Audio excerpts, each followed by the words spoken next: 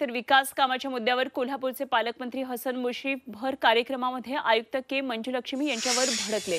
मंजूर असलेल्या कामाचे वर्क ऑर्डर का दिले नाही तसा सवाल मुश्रीफांनी विचारला।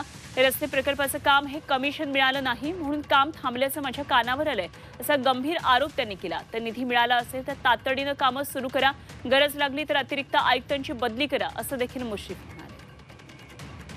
तर आता कलेक्टर काय ते पुन्हा होणार नाही, तर 4-5 होते सिंधुदुर्गला होत्या। आता याच्यामध्ये 100 कोटीचं टेंडर रस्त्यात झालेलं आहे, का काम चालू झालं नाही आणि आज काहीतरी कमिशन यायचं आहे म्हणून थांबलंय अशी बातमी माझ्या नावावर आहे। अडसूळ इकडे बघू नका।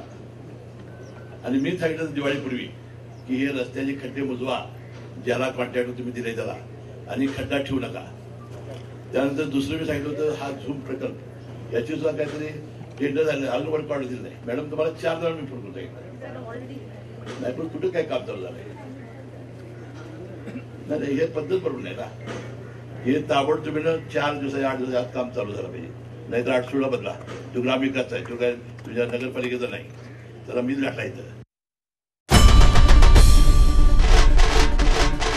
आई भवानीचा गजर म्हणजे